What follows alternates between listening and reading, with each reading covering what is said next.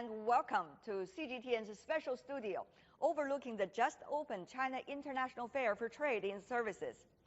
In the next couple of days, I will be here at this event, the largest of its kind in China, and certainly one of the mega events combining online and offline in the world since COVID-19. Many believe this event demonstrates China's determination to revive its economy and re-energize its cooperation with the world. On the sideline of the event, I've been talking to business leaders from different parts of the world. And from today on, I will bring you some of the exclusive interviews. First, let's meet Chen Liming from IBM.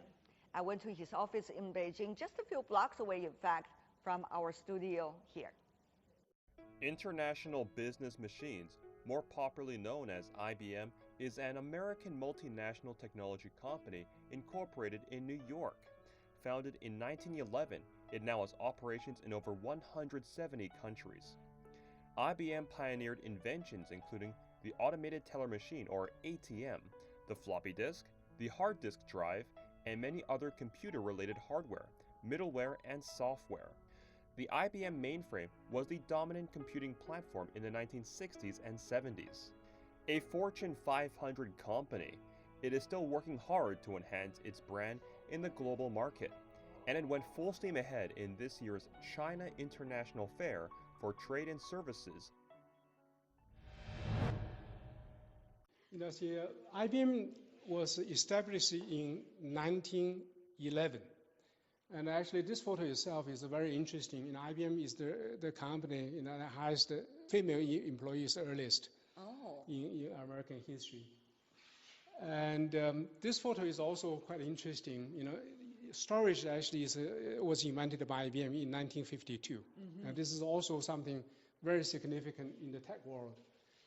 IBM has participated in the NASA Apollo program, mm-hmm. and actually we mobilized 4,000 employees, and that has supported the moon landing itself. So this is something also very critical. And this is a system, yes. 360, that support the financial system of the world of today. Must be the pride of the history. Yes, indeed. Yes, indeed. Yes, indeed. I think this is also a photo that worthwhile to mention in the artificial intelligence history. And this is Deep Blue at a chess play with world champion Kasparov. We won the game on international chess. And this is something also very significant. The audience are very enticed by the whole competition. Yes, indeed. Yes, indeed. They were our engineers at the time. I see.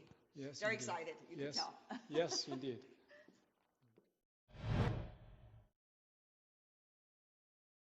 Mr. Chen, I see you talked recently a lot about globalization. Of course, a lot of people, business leaders even, have lost hope of globalization as a result of the current challenges. How you rather disagree. Tell me more about what do you think is the real essence of globalization? Which stage are we in right now? Right now, I think there are many concepts around regarding globalization. There is a so-called deglobalization.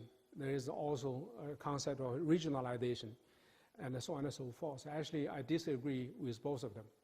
And if we look at history, globalization itself has a long history. As long as we can think of Silk Road, for instance, this is more than 2,000 years ago. It's only after the first industrial, because the steam engine being invented, shipment of large quantity of volume of goods become possible. For the last 20 years, globalization actually catch the biggest momentum. And if you look at the history of globalization, I don't believe globalization is the outcome of a politician's advocacy. The definition of globalization is only 20, 30 years old, whereas the practice of globalization has several thousand years of history. This is essentially driven by the market. This is a so-called invisible hand. So you don't think globalization is being threatened because it's a concept and not being invented by humans, but rather guarded by the logic of the market? Exactly. I don't believe if we have a long-term lenses on this, I don't think the globalization trend itself is going to vanish. What about some of the concrete issues we talk about geopolitics and its possible impact on businesses. One of it is so-called decoupling. You see some politicians and even some strategists have been advocating decoupling, particularly in the technology sector. Do you think it's really happening between China and the United States? These days we have many concepts actually running around, many concepts running around. But actually, in reality, decoupling between China and the US is not going to be as easy. Quite a lot linkage between China and the US. Be it a supply chain, be it a market, be it a financial, be it a technology, be it people. In terms of market, China is a very big market. For instance, China has sold 28 million vehicles in 2018, whereas in total market of Europe was only 17 million and 700, whereas in the US this is 17 million 300. So China market is the largest one. Another example, US ICT companies has sold roughly about 72.5 billion US dollar chips into China. Now this is a huge market. And another example is the airplane, for instance. In the next 20 years, China is going to need another 8,000 airplanes. What does this mean? This equals to 1.3 trillion US dollars. Also means 1.6 trillion services on top of this 1.3. So IBM, being the kind of company you are throughout history, has been a key component in the global supply chain. What about the latest situation in terms of your China experience, for example? Global supply chain is very critical, of course, for global economy itself. And China is one of the center for global supply chain itself. This is something, defined not only just, by the size of the market itself, and also by the division of the labors.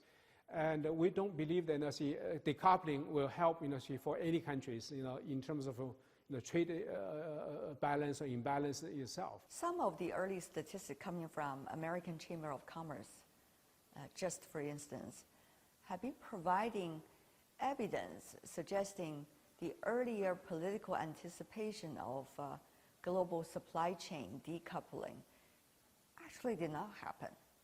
The numbers are showing there's not only not much decoupling, but rather there's more business confidence about trying to have bigger operations and more market in the Chinese in the Chinese market. Mr. Chen, of course, these are just one or two surveys, but what is your general feeling? I think we should look at this in two lenses. One lens is short term. Multinational companies, they are still taking a pause. What are they going to do? What is the long-term strategy? Especially after the pandemic, some companies are one way or another caught up in between. Are they going to reconfigure the business distribution, allocation, and so on and so forth? This is something worth to think. On a long-term basis, China will still play a very critical role among multinational companies in strategy. And this is something I fundamentally believe, but that does not necessarily mean there will be no reallocation some of the business into certain other areas to mitigate the risk itself. The curtain has been raised on the China International Fair for Trade and Services, scheduled September 4th to the 9th here in Beijing. It's China's largest exhibition of its kind. This year will see more than 2,000 domestic and foreign companies showcasing their latest products and services, all part of a platform to link up cross-border trade services. And IBM, one of the major participants, has a long history of interactions with China. Its first Chinese branch dates back to the 1930s. And of course, there's also the China history. Yes, indeed. IBM established the first Far East office in 1936 in Shanghai. Oh, this is the photo coming from 1936? Yes, indeed. Actually, this is the very first international call made from China, from IBM's office back to New York. So I really wonder what's the content of that phone call. Well, I'm also wondering as well. Now, this is also very interesting. In 1984, we did our first advertisement with China Daily. So this First is commercial on Chinese publication. That's indeed. That's indeed. And what are they selling? We were selling hardware, software at the time, and this is our normal products. And then this is in 1995, we established our research lab in Beijing, right? Which is still in operation. And now, of course, the space is much larger and with more people, more engineers in developer, in research, and so on and so forth. And of course, the science and innovation has always been a wonderful and yet now becoming tricky area between China and U.S. Well, innovation is something that you will have to continue. That's something very critical, for any companies. Including cooperation with China? Well, see, cooperation with China, we do a lot of research, for this China market itself, from this lab in itself to serve our clients in this market. To do the research and then serve the market. This is the market, yes. So what we call, when multinational first came to China, they brought the product. We call that stage, made for China. And then later on, they bring the capacity into China. We call this a made in China stage. Later on, they also bring the R&D capabilities into China. We call this innovate with China or create with China. So this is three distinguishable phases for multinational companies in this market. That will continue for IBM? And this will continue for IBM, indeed. How important is the China market for IBM? For IBM, this is also a very important market for us as well. And of course, we have seen new policies from the Chinese government regarding opening up of the banking sectors, insurance, energy, and others. And since in the last two or 3 years, this is something very positive, very positive. However, there could be other space. For instance, the cloud market is a very typical example of how this market is going to be open. And for instance, data is another space. Data is a new resource, so to say.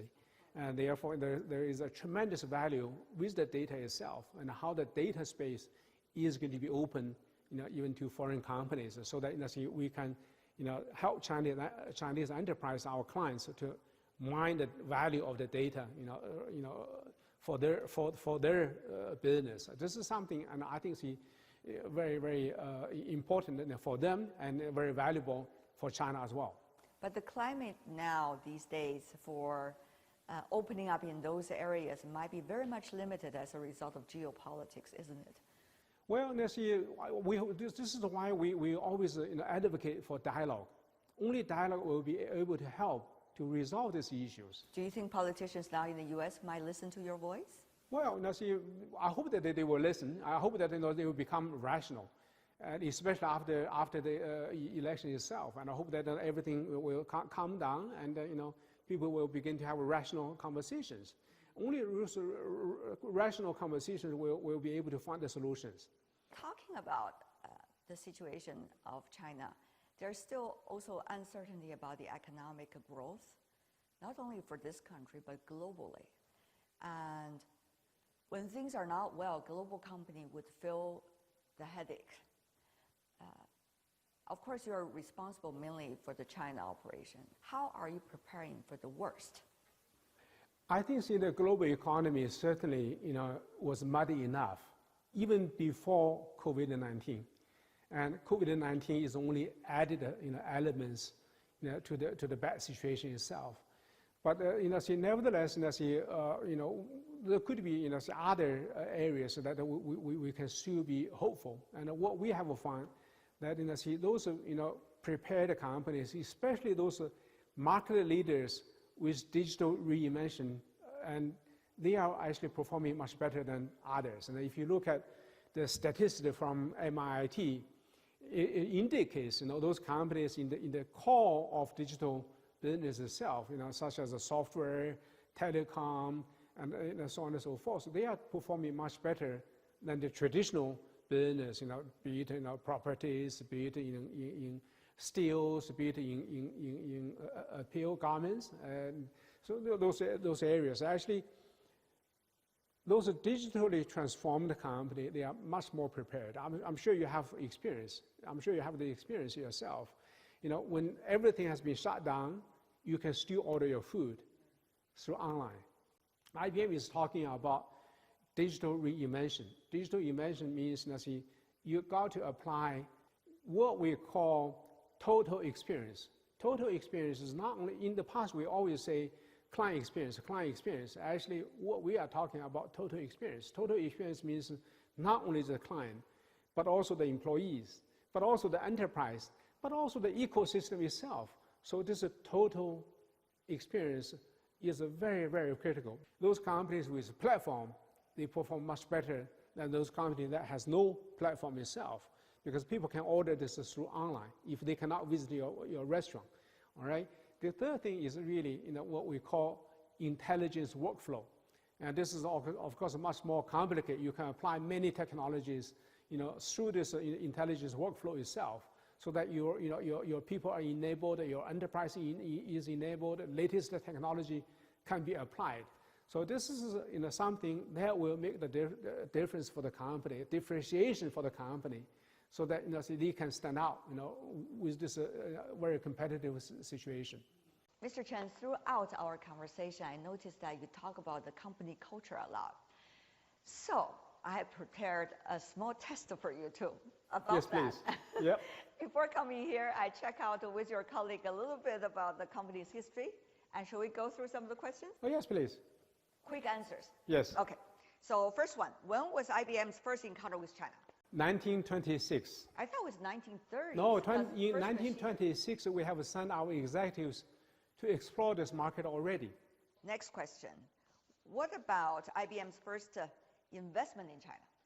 In fact, IBM has been involved in many of the activities in China throughout the time. You may recall ping-pong diplomacy. And the captain of the US team in 1971 that visited China was an IBMer. And he was an IBM computer engineer at the time, and as an amateur ping pong player.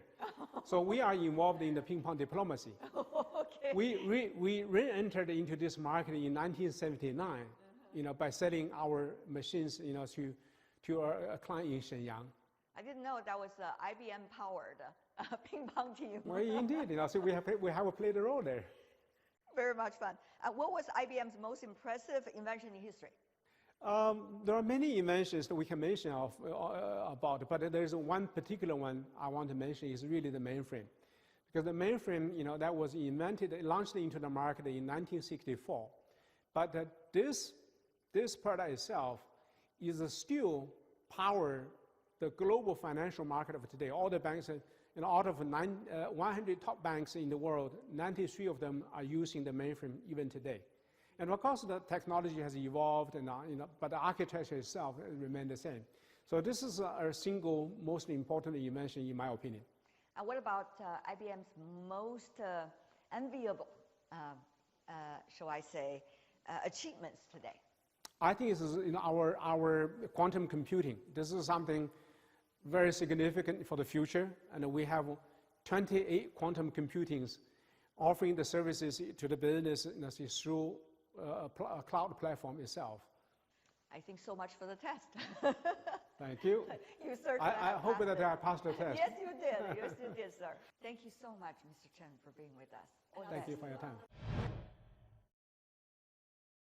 The fastest growing part of global trade isn't anything you can touch, but the $6 trillion service trade, which touches every part of your life. How you play and communicate, how you manage money, how you learn. And the only fair devoted to global service trade takes part in Beijing in September, the China International Fair for Trade and Services, the country's first major international event post-pandemic. Over 2,000 companies from around 100 countries, opportunities in China's services market, from tourism to investment and education technology. CGTN, serving you trends and insights from CIFTIS 2020. In this spooky episode of Travelogue, we experience Ghost Festival in Fengdu on the outskirts of Chongqing. I find out how people honor their ancestors and discover the special connection between this place and the underworld.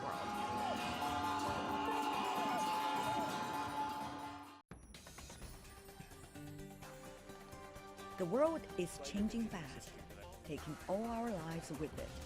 But we can change it too, by seeking answers to problems through discussions and debates.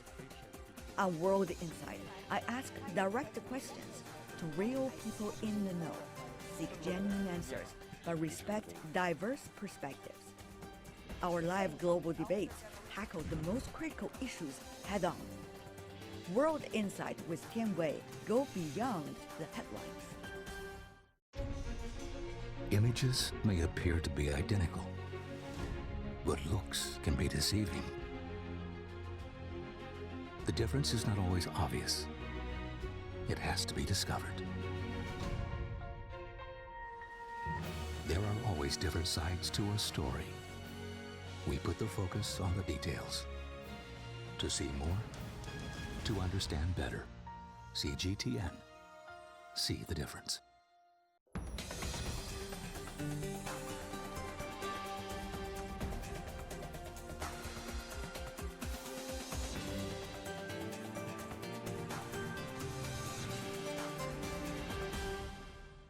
You're watching our special broadcast from the site of the International Fair for Trade in Services. Unlock the digital era has been an aspiration for business leaders around the world. But how to achieve that when there are other top concerns, such as the global pandemic and the ever more complex geopolitics? I asked that question to Sharon Thorne, who is the chairwoman of the Deloitte Global Board of Directors. She also shares her insight about China's reform and opening up in the financial sector and its impact for global companies. Take a look at my exclusive interview with Sharon.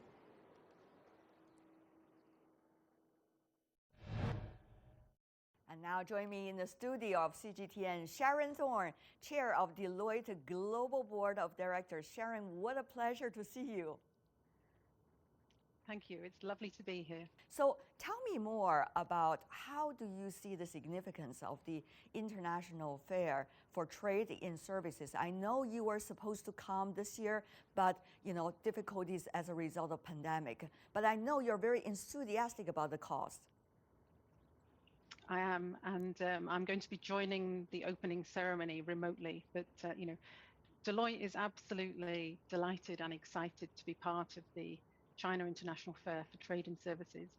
It's an extremely important event. Not only is it the largest event of its kind in the world, but it's also vital to China's efforts to continue to open up the market, improve the business environment, and expand the opening up of the service industry.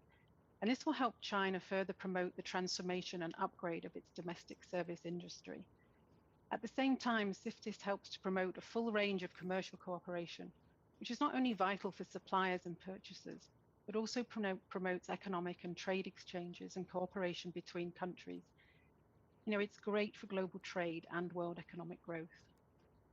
Sharon, you said two important points, if I note it down. One is about the further opening up and reform of the service industry here in China. And I guess Deloitte has a say here because you've been long time participating in the China market. And the other thing is really about increasing the exchanges and cooperation, which is extremely important today if we know the complex situation. Tell me more about to what extent about reform and opening up the service sector that you would like to see, and how you are working with the Chinese side and your colleagues here in China on those issues? China is a really important market for Deloitte, and it's very important to our global strategy. And so, I said when I became global chair, it was the first, China was the first country I visited, just to emphasize how important it is. And I came twice more before the end of the year. And it's very important that China continues to open up to enable large international companies to continue to invest and be successful there. We recognize China as a major driver of global economic growth. And we believe there's much room for growth in the region for the services that we offer as well. And our strategy is to enhance Deloitte's ability to serve global, national and private market clients in the region by investing in our service capabilities and talent resources. And in doing that, continue to help China, the state-owned enterprises, all of your companies to continue to be successful. And it's one of the reasons that we brought all of our geographies in China, Australia, Japan, New Zealand, and Southeast Asia together to create Deloitte Asia Pacific in September 2018. And that is a big step, I would think. It was a big step, but it meant that we are able to really leverage the power of our people across a wide region, and particularly in China, taking the capabilities that we have in China to these other markets. It's been a great move. Yeah, Sharon, I know that Deloitte is working on unlock the digital future, right? At the same time, you have been pillarizing your businesses into 5 major categories. I learned that because I went to your tent and actually tried to learn a little bit more before I talked to you today. But having said that, though, what specific areas, what specific policies you and your company as a foreign investor and also as a service provider would like to see that you would think could be very encouraging to your presence in China, and also you're using China as a base to reach out to the other parts of Asia Pacific and the world? As I say, I think it's vital that China continues on the journey of transformation and reform that you've been going on, because that gives global businesses the confidence to continue to invest and to work with you to continue to help China be really successful. And you've had an amazing story over the past few years. And it's important for the global economy that continues, and that we work collaboratively in supporting you. You talk about cooperation and exchanges. To what extent is China both the market and the potential in the global strategy of Deloitte, Sharon? There are lots of different elements to our strategy, but the importance of Asia Pacific and particularly China is really, really important. And we've got part of our strategy is called Tilt to Asia, and investing in China is a critical part of that, because it's the growth engine in Asia Pacific, and it's going to be, we see it as a potential growth engine for us, and to help export the capabilities in China that are very, we have some fantastic capabilities, to take them into the rest of the region, to help clients, continue to be successful and expand. Sharon, I can tell you have a long list of things to be done and have done already here in China and about China. Congratulations. Having said that, though, you talk about potential. What about the potential? What are some of the industries, as Deloitte, a global company, that you are looking specifically about in order to achieve the potential? I mean, I think, as part of the economic recovery from COVID, China's economy has been shifting from a high-speed growth economy to high-quality development, and things like new infrastructure, digital transformation, the upgrading of consumption structures, as well as the digital economy, have become the new driving forces of China's economy. And just to give you a few specific examples, so investing in new infrastructure, including 5G, extra high voltage, the industrial internet, big data center, new energy vehicle charging pile, artificial intelligence, and intercity high-speed railway and rail transit.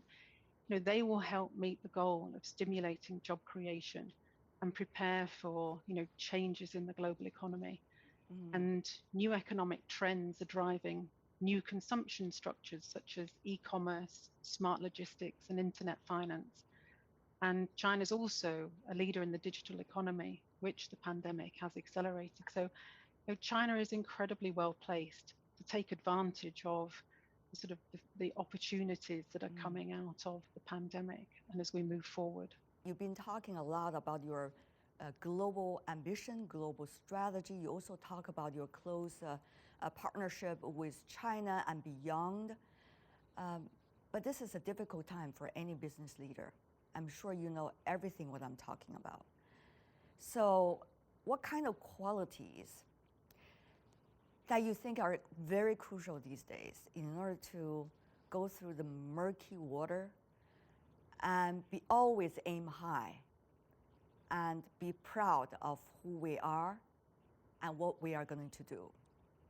So, it's a great question. The world is going through this period of enormous uncertainty, and it's carrying on because the virus, it's just so difficult to control it. Mm-hmm. And another challenge is that COVID-19 is exacerbating existing inequalities and injustices. And, we continue to face the very serious and increasing threat of climate change, which we haven't had time to discuss. But I would say as a result of that, and in your introduction, the role of leadership has perhaps never been so important. And two elements are really critical, and that's trust and resilience. Mm-hmm. And to help leaders navigate this uncertainty, we developed a principles-based framework, which we believe is relevant to leaders in all fields, and it's available through our internet site. And it talks about respond, recover, thrive, so 3 stages. Mm-hmm. And if you look at resilient leaders, they recognize and reinforce the importance of a number of critical shifts during the recovery period. Yeah. And there are 5 of them. So moving from today to a tomorrow mindset. And then secondly, identifying and navigating uncertainties and implications and helping the business or the government, whatever area you're in, get through that. Embedding trust, as I said, that is critical in your people, in employees, in stakeholders, in consumers, whoever it is. Defining what the eventual destination looks like, and then finally adjusting the strategy that's needed to prepare for the future. So, we're looking for resilient leaders, but also resilient leaders that can build trust, and we see that as absolutely critical. About climate change, Sharon, I do want to follow up on your answer. We had an earlier international agreement, but now, to many's eyes, there seems to be other priorities, quote unquote. And they say, well, we have to wait until the economies are getting better. Then we'll have the time and energy to work on something about the climate change. Others want to withdraw from this international treaty or international agreement. I have a long sigh here because I know you know very well the consequences of all of these. Tell me more about the urgency and whether this will create an opportunity for all of us. The impact of climate change, we're seeing it more and more, and we saw it with the horrendous fires in Australia. We've seen it with the Amazon fires in Brazil, floods, droughts. I mean, they are increasing in frequency, and the devastation they're causing, it can't be ignored.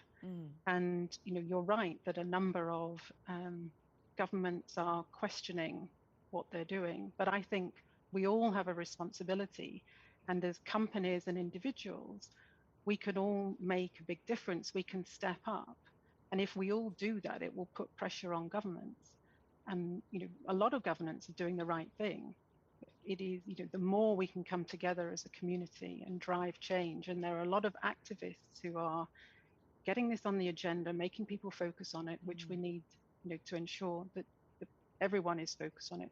At Deloitte, we're about to launch in very shortly our strategy around climate, which we're calling World Climate, and our commitment to, zero emissions, zero carbon emissions by 2030. But also, we're going to use what we call our superpower of our people. We have over 330,000 people. And if we can get all of them to really focus on their behaviors and to make even small changes, if everyone does it and if they get their families to do it, it will have an impact.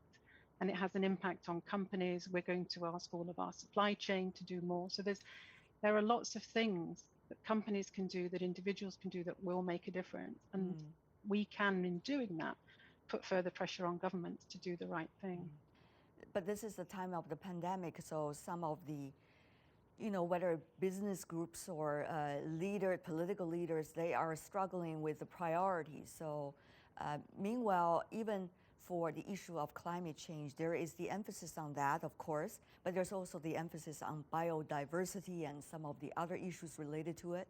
So how to prioritize this, once again, is another test for leadership, isn't it?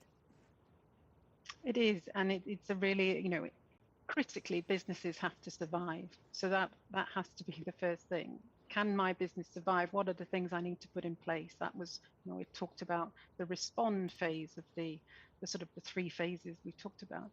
But a lot of companies have been through that, and as they reset for the future, it's really important that they're including climate in that reset, and that, the risks of climate to businesses are very significant. So if they're not addressing them, understanding them, and trying to make a difference, they are not going to survive. And that, so businesses and boards, chairs and boards need to play a key role in ensuring that companies are, setting their strategy with climate fully embedded within it. They say, Sharon, if there's anything, a pandemic that should be teaching all of us human beings, is that we have a small world. When there's problems somewhere, there will be the same problem elsewhere in the world too. Having said that, though, there's another issue I know you are personally very compassionate about, that is the gender parity, especially to encourage women leadership in the global business world and corporate culture. Of course, there are, once again, priorities, how to make sure these important social issues are not just going to be the hot topics of one time, but rather be part of our conscience and part of our mindset. No, I think it's a really good way of setting it out, Tian. And the reality is that if we do not have a truly inclusive work culture, then we are losing out on an enormous amount of talent. We are not looking after and motivating our people, and we are not ensuring that the very best rise to the top, because it would be very unusual. You look at organizations who are completely dominated by men at the top. Are we saying that, and particularly if I talk about in the UK, it's white men who dominate leadership roles. Are we saying that they're the best people? They're very talented, but women, people from different minority ethnic backgrounds, people, different sexual orientation and so on, all have an enormous amount to give. And there's a lot of evidence that suggests the greater the diversity you have, the more successful the business will be. And so businesses are being very short-sighted if they're not ensuring that their full breadth of talent has the potential to come through. And, it's about, as I say, ensuring that all of your people have the opportunity and a level playing field to achieve their potential. And I was reading a very interesting book over the summer that talks about the importance of cognitive diversity.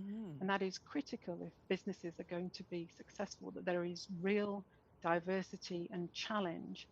The things we're facing are so complex that you can't say that a small group of people have all the answers. You need to be able to access that, the brilliance that you have from your people. My last question for you. I am confused on a constant basis as to what is the real reality of our world today. We heard one thing, we heard other things. We saw one kind, we also saw the other kind. We were told we were in a Cold War or pre-Cold War, but we were also told, and sometimes encouragingly, that we can jump out of that pit or tragedy. Things are constantly changing. How should we learn? How should we cultivate ourselves and be able to bring the best energy to many around us and beyond? So it's a really interesting perspective, and I think, for me personally, I look to be myself, to be an authentic leader, to share. Love that word, authentic leader. Successes and challenges, and to have integrity and to tell the truth. And that is how I live my life. And I am not perfect. I share the things that I've had problems with, including I suffer from something called imposter syndrome. And when you share things like that with people, it enables them to open up about things that's troubling them. And I think it's this authenticity that is so critical. And one of the interesting things is when you've looked at the response to the pandemic by different governments, how that women who are leaders appear to have done a better job overall in terms of the impact. And it's, it comes back to that diversity point. I think it's really important that we have, a broader leadership team that enables us to respond to these crises more effectively, to have that embedded resilience by having diversity. And women are often more able or feel more comfortable sharing their true selves. And I think the more we do it, the more others do it, and the more we can have, a great environment for everyone to work in. I would say this is a very sophisticated and a very warm conversation. I didn't expect to have this kind of conversation with a business leader, and there we go. Thank you so much, Sharon. 3 key words I remember now: authenticity, trust, and resilience. Enormous thank you to you for that insight. Thank you very much. Sharon Thorne, Chair of the Global Board of Directors with Deloitte. Thank you so much. That's all the time we have for today.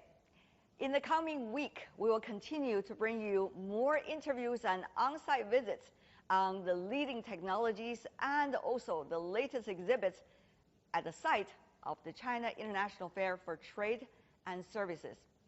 From our special studio of CGTN here, I'm Tian Wei. On behalf of the team, thanks for watching. Bye for now.